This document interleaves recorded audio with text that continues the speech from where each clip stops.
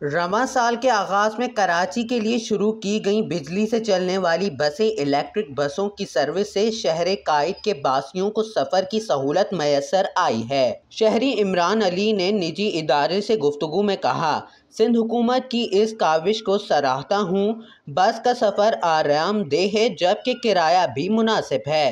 पहले मुझे मंजिल तक पहुँचने में 70 रुपए लग जाया करते थे, लेकिन अब सिर्फ 50 रुपए लगते हैं। शहरियों के आराम और सस्ते सफ़र के बावजूद सवाल पैदा होता है कि क्या कराची शहर में बिजली से चलने वाली ये जदीद बसें कामयाब हो सकेंगी। इस हवाले से माहिर तवानाई अबू बाकर इस्माइल ने निजी इदारे को बताया कि कराची में माजी में जितनी भी बसें मुतारुफ कराई गईं, उनकी नाकामी की वजह हेड गवर्नर्स थी। इन्होंने कहा कि सिंध का मास ट्रांजिट डिपार्टमेंट जो कई नामों से काम करता रहा है, वो ट्रांसपोर्ट के मसाइल हल करने में कभी भी फाल नहीं रहा, जबकि हुकूमत की जानिब से जो मंसूबे भी मुतारुफ कराए गए वो पायदार साबित नहीं हुए और फिर हुकूमत एक ख़ास मुद्दत के बाद सब्सिडी ख़त्म कर देती है और यूँ ये मंसूबा भी ठप हो जाते हैं और फिर कोई नया मंसूबा आ जाता है।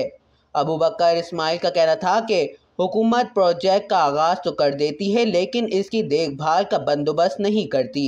यहाँ इस टेक्नोलॉजी की मेंटेनेंस का हमारे पास कारीगर मौजूद नहीं होते।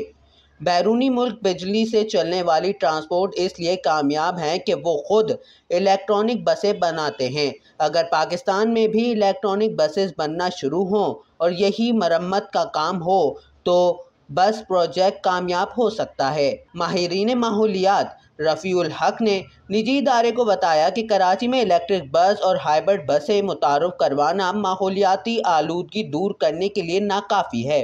ये एक कॉस्मेटिक मंसूबा है। 500 बसों की शहर को ज़रूरत है।